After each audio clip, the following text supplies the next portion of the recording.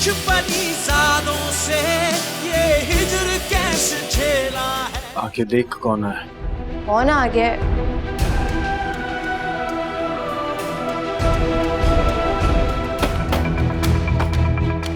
पकड़ इसको, फरा। मुझे अपने साथ नहीं लेके जाओगे?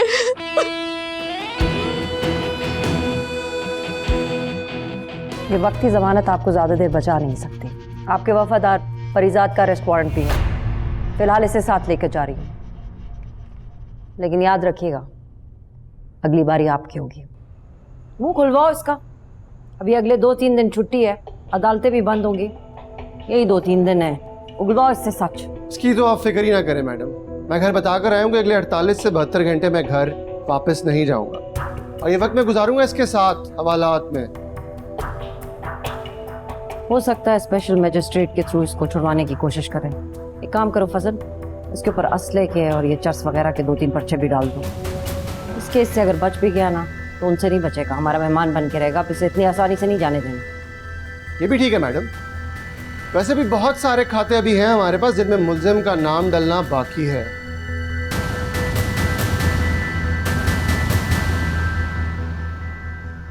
पुलिस की मार खाई है कभी?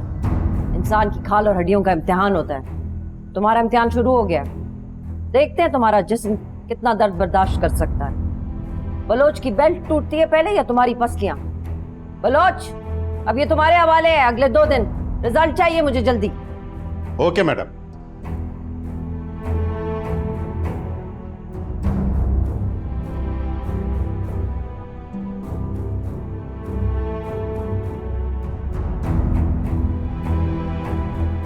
चाबी लाओ ना जरा। चाबी ले आए। खोलो ताला और जरा मेहमान की खिदमत करें।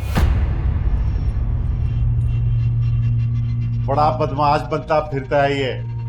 नाम तो देखो परिजात। ओ आज ये सारे इसके ख्वाबों में परियां आएगी।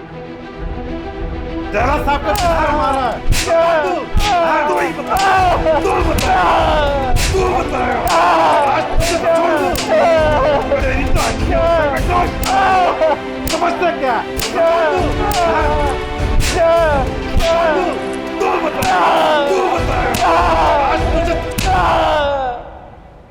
परिजात इतनी आसानी से टूटने वाला नहीं है, काफी पक्का। हाँ, लेकिन वो पुलिस ऑफिसर जो है वो खासी टेढ़ी है ना। हल्का मत लो उससे। वो क्या नाम है उसका? बदर मुनीर। हाँ, औरत जब शफाक होने पे उतर आए ना तो उसकी शफाकियत जमीन आसमान हिला देती है। फिर तो मैं यही कहूँगा, आप कुछ हिस्से के लिए बाहर क्यों नहीं चले जाते? हमारा एरिया भी अंडर सर्वेलेंस है। आप होम मिनिस्टर से बात क्यों नहीं करते? इतना कुछ तो किया आपने उसके लिए। आदत नहीं है मेरी किसी दोस्त को आजमाइश में डालने की। या तो रिश्ते टूट जाते हैं आजमाइश में डालने से, या फिर दोस्तियां बर्बाद हो जाती हैं। फिर बताइए मालिक, करना क्या है? अभी तो खैर ये क्या नाम है इस लड़के का? परिजात। इसको बाहर निकालने का बंदोबस्त करो, बाकी फिर देखते हैं।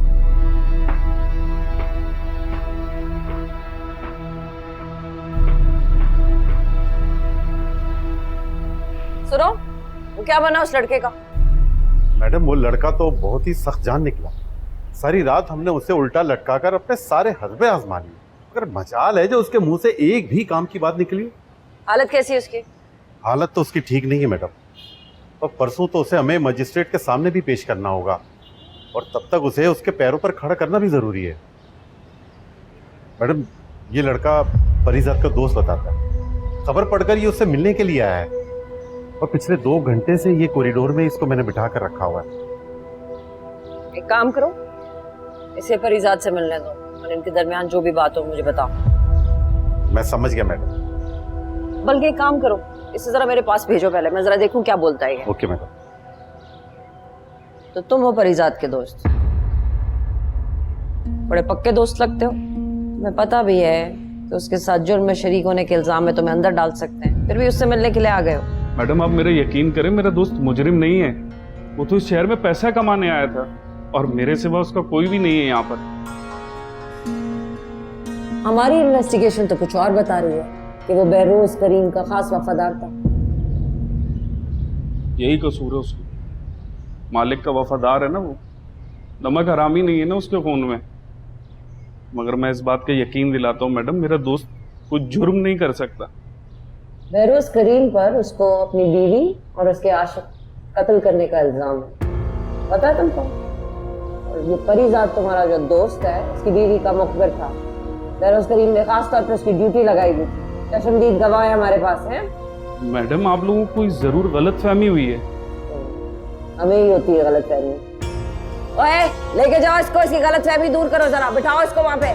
मैडम मेरी बात तो सुन लें। मैडम मेरा यकीन करें मैडम, मेरा दोस्त ऐसा नहीं है मैडम। वो बेचारा तो पैसे कमाने आया था मैडम यहाँ।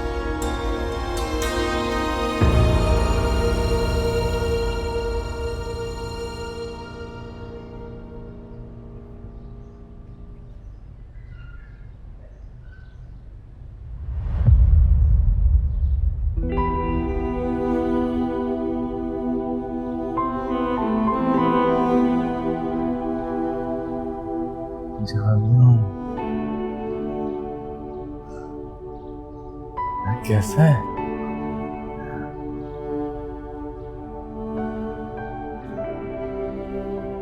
ये क्या हाल बना दिए तेरे इन जालिमों ने यार।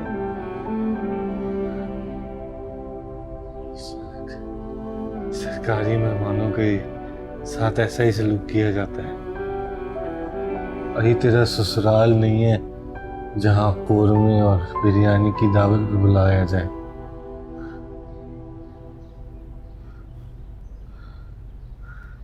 शाहजहां की मुमताज कैसी है? चुप कर जा। मैंने कहा था ना इन लोगों से दूर रहे, ते काम पहुंचा दिया तुझे। खुद तो अपने महलों में चैन की नींद सो रहे होंगे, अब तू पूरी रात अज़ाब झेलता रहा यार।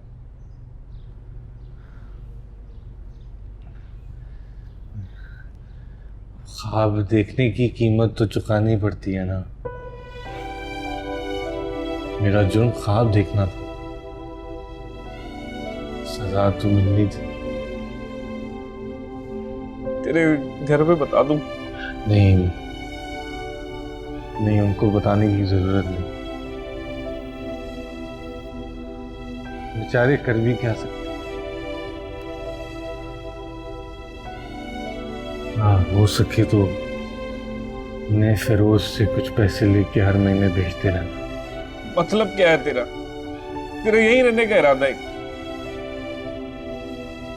खुदा के लिए यार अपने ऊपर और जुल्म मत कर। जो सच है वो बोल क्यों नहीं देता तू? मेरे जीने या मरने से किसी को क्या फर्क पड़ता है यार?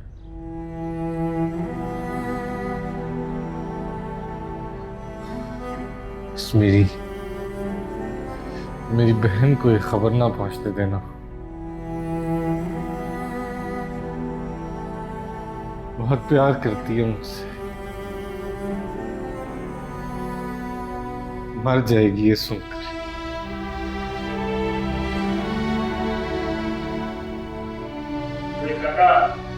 का वक्त खत्म हो गया, चलो।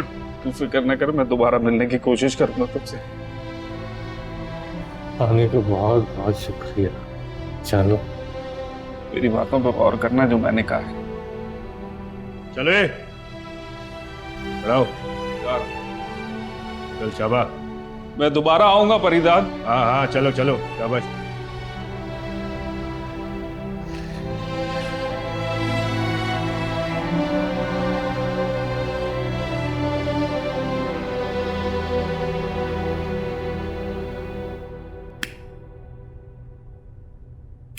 सर, केस बहुत हाई प्रोफाइल है। हुकूमत के बहुत अहम नुमाइंदे के बेटे का मर्डर हुआ है। हमारी ज़मानत एक्सटेंड होने के चांसेस बहुत कम हैं। वो लोग कल सुबह डेफिनेटली पूरा जोर लगाएंगे कि ये ज़मानत कैंसिल हो जाए। हाँ, ये बात बताई थी मुझे उसने। क्या नाम है उसका? जैदी साहब। जैदी ने। हम आपको कभी एडवाइस नहीं करेंगे कि आप अदालत ना जाएं। आपकी गैर मौजूदगी इस केस को मज़ीद कमज़ोर कर देगी। और अगर जमानत में एक्सटेंशन ना मिली तो आप क्या चाहती हैं? सब लोगों के सामने तमाशा बने? इस तमाशे से बचने का एक ही तरीका है, केस में कुछ ऐसा ट्विस्ट आ जाए कि हमें जमानत एक्सटेंड करने का मौका मिल जाए। जब आपका वकील मुझे पे यकीन करने लगे तो मुवक्किल को समझ जाना चाहिए कि उसके लिए फंदा तैयार हो चुका है। अदालत तो जाएंगे हम, लेट्स सी क्या होता है।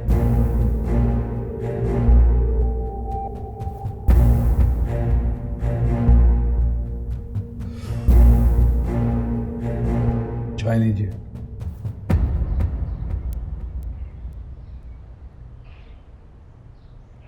जी वैसे ले आए मैडम।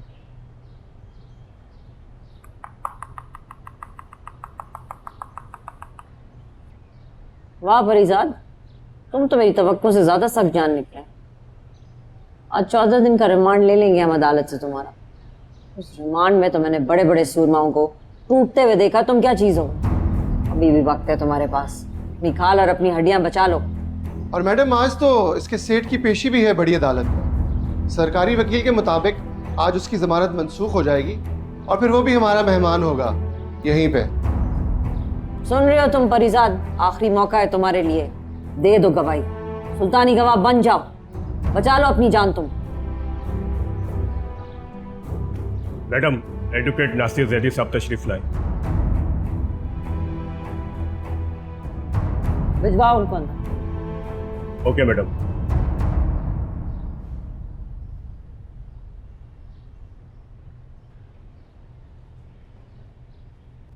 अस्सलाम वालेकुम।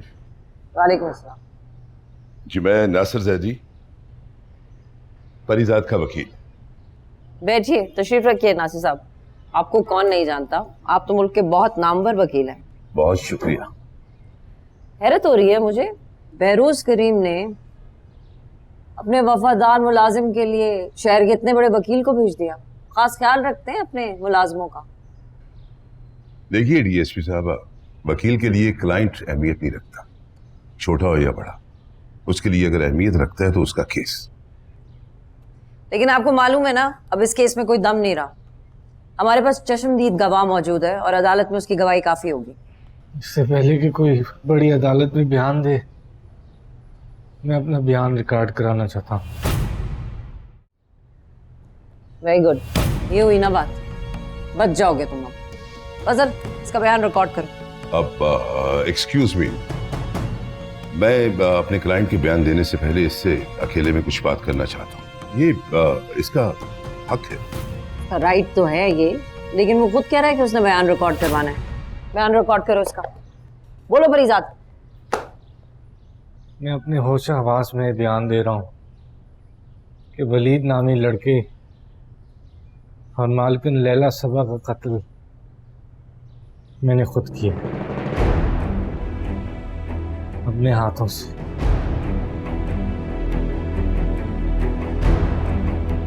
इस कत्ल की वजह अपनी बेइज्जती का बदला लेना था और मैं अपना बदला ले चुका हूँ।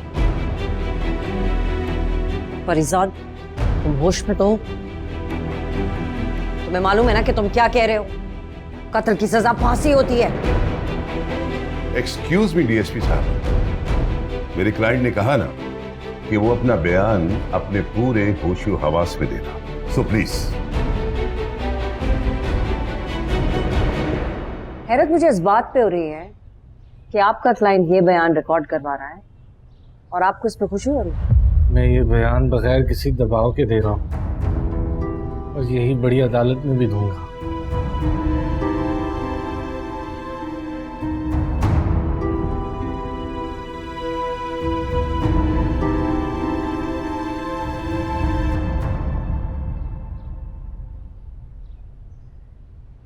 अभी मैं केस हारा तो नहीं हूं ऑफिसर, सिर्फ एक बयान ही तो दिया है मेरे क्लाइंट ने, और ये बयान मेरे दूसरे क्लाइंट सेठ बहरोज करीम के केस में मेरे लिए मददगार साबित होगा। चलता हूं।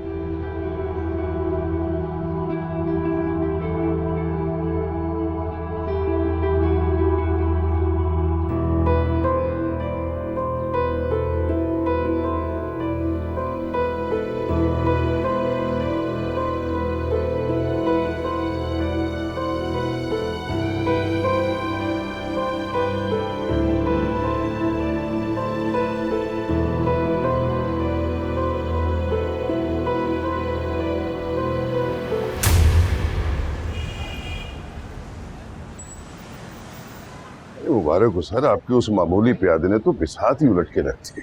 जब मैंने जज के सामने हल्फे बयान रखा तो उसके पास कोई वजह ही नहीं थी जमानत ना देने की। कमाल कर दिया आपने। मामूली प्यादा नहीं है वो, मेरी बाजी का बादशाह निकला। जिगरे वाला लड़का है, खासा हैरान किया उसको, कर्जदार बना लिया उसको मुझे अपना।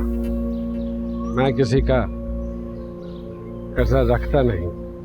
मैं जानता हूँ, आप ऐसे करें कि घर जाएं और जाकर आराम करें, बाकी सब कुछ मुझ पे छोड़ दें। मैं जानता हूँ कि इस केस के परखचे कैसे उड़ाएं। ठीक।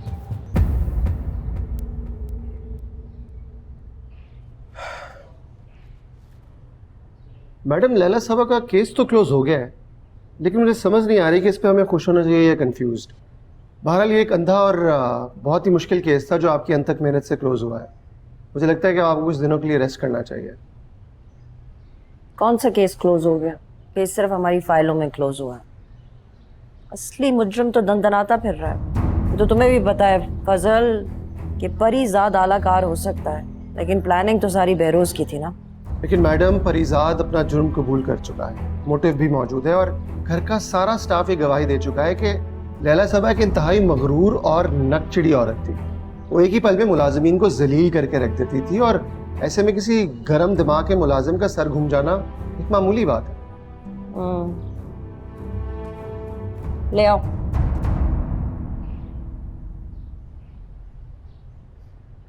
बिठाओ इसे। सच सच बोलना, डरने की जरूरत नहीं है। वीडियो बनाओ इसकी। हाँ बताओ। मैं ज़्यादा नहीं जानती, बस यही कि परीजाद लैला सबा को मेरे अपार्टमेंट में लाता था। लैला उस पर बहुत मेहरबान मालूम होती थी। और जाते वक्त लैला सबा के साथ कौन होता था? परीजाद ज़्यादातर नीचे खड़ा होकर लैला सबा का इंतजार करता था। मैंने अपनी आंखों से कुछ नहीं देखा, मैंने अदालत में भी यही बयान दिया है। उस दिन जो कुछ भी हुआ पार्किंग में हुआ था, मैं तो ऊपर थी अपने कमरे में। लैला साहबा ने अपने खौफ का इजहार तो किया होगा ना कई बार तुमसे। दरअसल लैला सबा मुझे अपने साथ दुबई से लाई थी। मैं दुबई में एक ब्यूटी पार्लर में जॉब करती थी जहां लैला सबा भी आती थी। वहीं पे उसने मुझे ऑफर की कि मैं उसके साथ उसकी दोस्त बन के पाकिस्तान चलूं तो वो मुझे मेरी तनख्वाह से भी ज्यादा मुआवजा देगी। मैं क्या करती, कराची मेरा अपना शहर था, मैं लालच में उसके साथ यहाँ चली आई। और वो लड़का वलीद, वो उसी अपार्टमेंट में मिलने आता था लैला सबा से? हाँ, दरअसल लैला सबा अपने शौहर से बहुत डर गई थी। वो जानती थी कि बहरोज करीम को इस बात की भनक भी पड़ी ना तो वो उसे जिंदा नहीं छोड़ेगा। दरअसल अपने शौहर की बेपनाह मोहब्बत और हद से ज्यादा सफाकी दोनों से बहुत डरती थी। वो भाग क्यों नहीं गई वो वलीद के साथ? बहरोज करीम से भागकर वो सारी दुनिया में कहाँ पनाह लेती। वो ये भी जानती थी कि उसके शौहर ने कई बंदे सिर्फ उसकी निगरानी के लिए रखे हुए हैं, लेकिन उसने अपनी चालाकी से परीजाद को अपनी बातों में कर लिया। फिर ना जाने क्या हुआ। मैं तो खुद बहुत डर गई थी उन दोनों के गायब होने से। ठीक है फजल, सही है, गुड।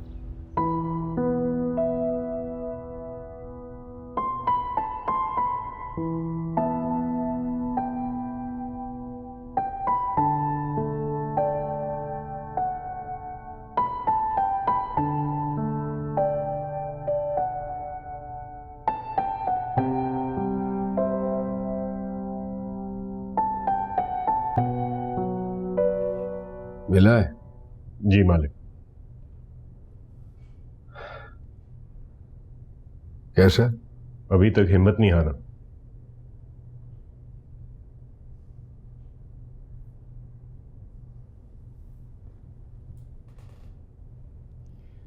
जिस इंसान की दिल से मौत का खौफ खत्म हो जाए उसको मारना बड़ा मुश्किल हो जाता है।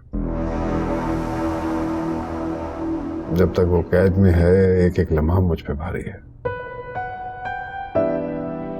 शर्मिंदगी सी महसूस होती है।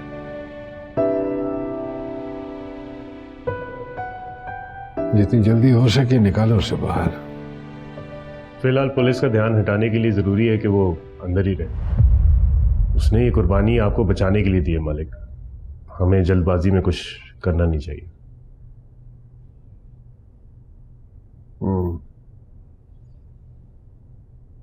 मजीद मार डालेगी उसकी ये कुर्बानी हमें, मजीद मार डालेगी।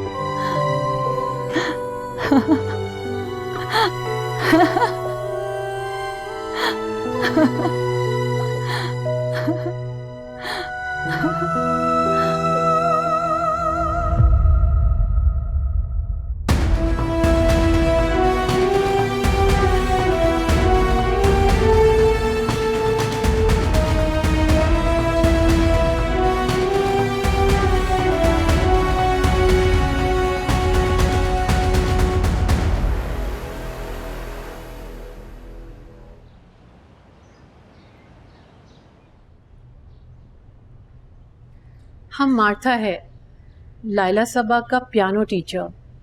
लाइला सबा हमारे लिए बच्चों के जैसा था। लाइला सबा का मरने का हमको बहुत दुख है। अभी तो उसका जीने का दिन था। I can understand Martha. Laila Saba ने कभी आपको अपनी ज़ाती ज़िंदगी के बारे में कुछ बताया था? हाँ, उसका फैमिली तेहरान में, ईरान में रहता है। इसके अलावा कुछ? आप घबराएं नहीं, आप खुल के बात कर सकती हैं। लाइला सबा मर्डर से 3-4 डेज पहले हमारे पास आया था। उसने हमको एक लेटर दिया था और बोला था कि वो लेटर उसकी फैमिली को पोस्ट करना है। आपके पास वो खत है? हाँ।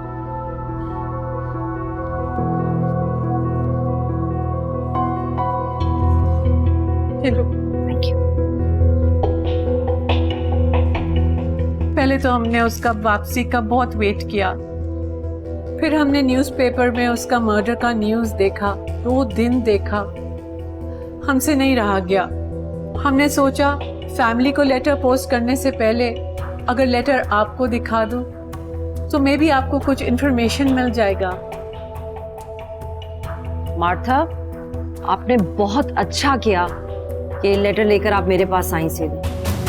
मैं आपसे पूछ सकती हूँ, शहर में और भी पुलिस स्टेशन है और पुलिस वाले भी हैं, आप मेरे पास ही क्यों आई? आपका पिक्चर हमने न्यूज़पेपर में देखा था। बहुत बहुत शुक्रिया, ये हमारे केस के लिए बहुत बड़ा ब्रेक थ्रू है। बहुत शुक्रिया आपका। Thank you Martha, thank you. Thank you. Fazal, अंदर आओ।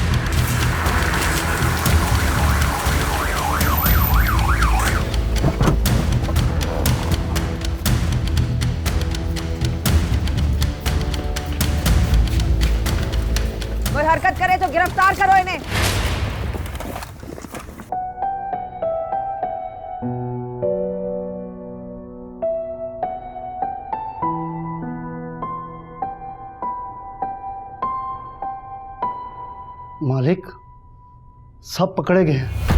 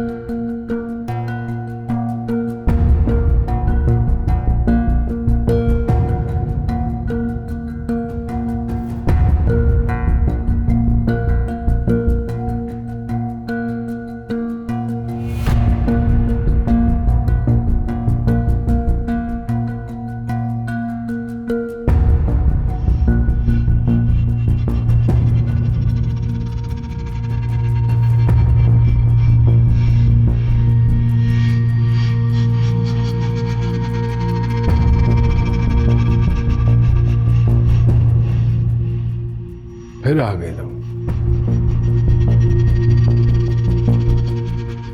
तुम्हें भी मेरी तरह चैन नहीं आता, बहुत बेचैन रूह हो तुम। मेरी बेचैनी तब तक खत्म नहीं होती जब तक मैं मुजरिम को उसके जुर्म की सजा ना दिलवा दूं। ये हरकत तो तुम कई बार कर चुके हो।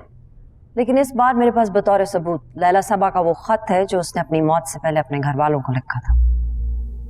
उस पर साफ लिखा हुआ है कि आपने उसके इर्द गिर्द जासूस लगा रखे थे, और अगर उसे कुछ भी हुआ तो उसके जिम्मेदार सिर्फ और सिर्फ आप होंगे।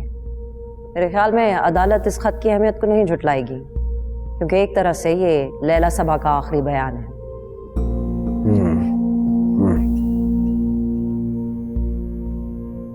स्कैन करवा लिया है। अब आप कह देंगे उसकी तहरीर नहीं है, ये खत किसी और ने लिखा है। नहीं, उसके हाथों की खुशबू आ रही है इस खत में से।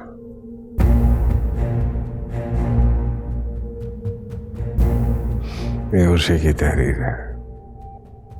बहुत अच्छी हैंड राइटिंग है उसकी, बहुत अच्छा लिखती है।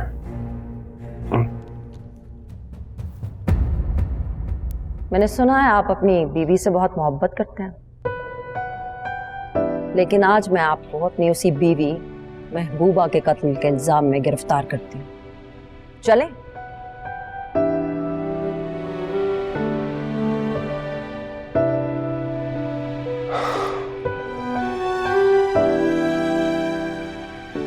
जानलेवा मर्ज है ये इश्क। कोशिश करना है जिंदगी में कभी हो ना तुमसे। कपड़े बदल लूं मैं, इन कपड़ों में ज्यादा अच्छा नहीं लगूंगा। अभी थोड़ी देर में सारे शहर में ये बात फैल जाएगी और फिर मीडिया और प्रेस तुम्हारी मेरी तस्वीरें खींचेंगे, तो उसमें अच्छा नहीं लगेगा। इन कपड़ों में I should be looking handsome. अगर इजाजत हो। ठीक है, 10 मिनट है आपके पास, मैं इंतजार कर रही हूँ। जाहिद, बयाज साहब के साथ जाओ बेडरूम तक, लिबास तब्दील कर लें तो यहाँ ले आना, मैं वेट कर रही हूँ। Thank you.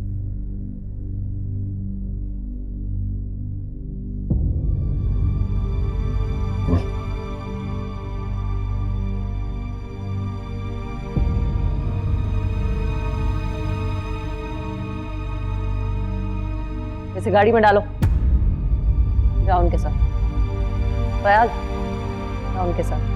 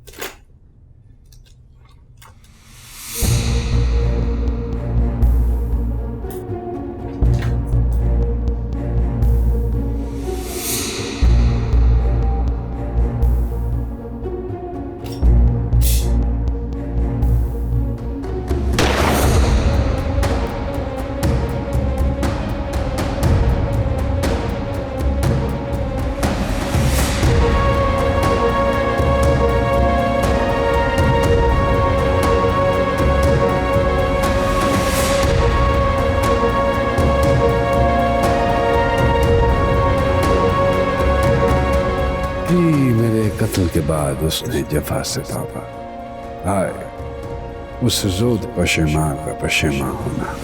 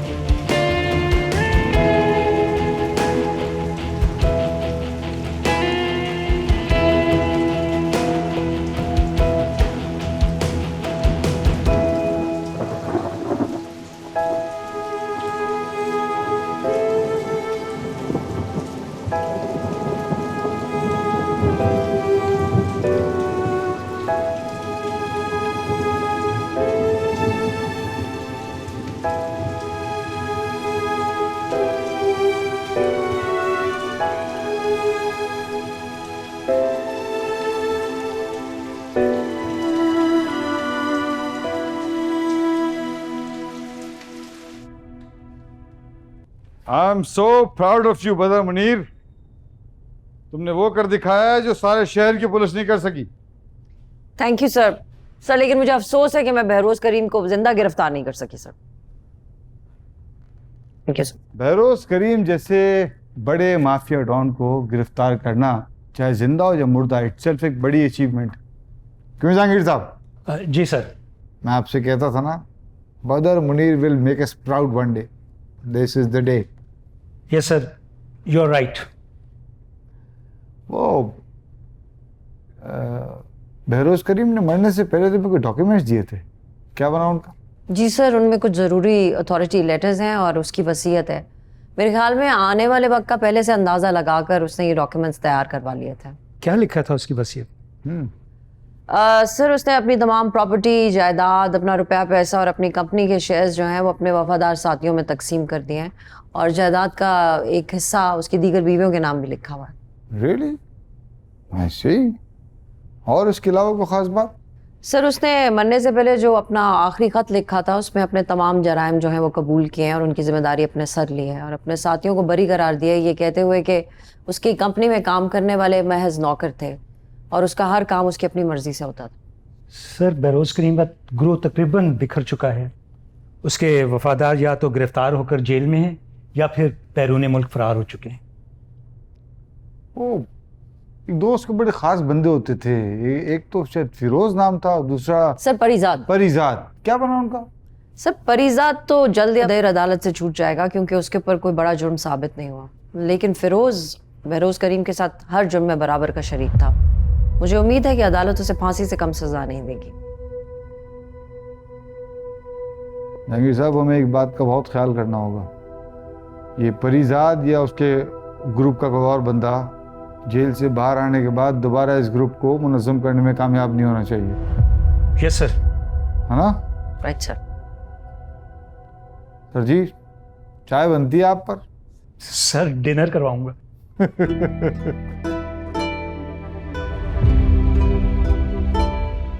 पूछ परिजादों से ये हिजर कैसे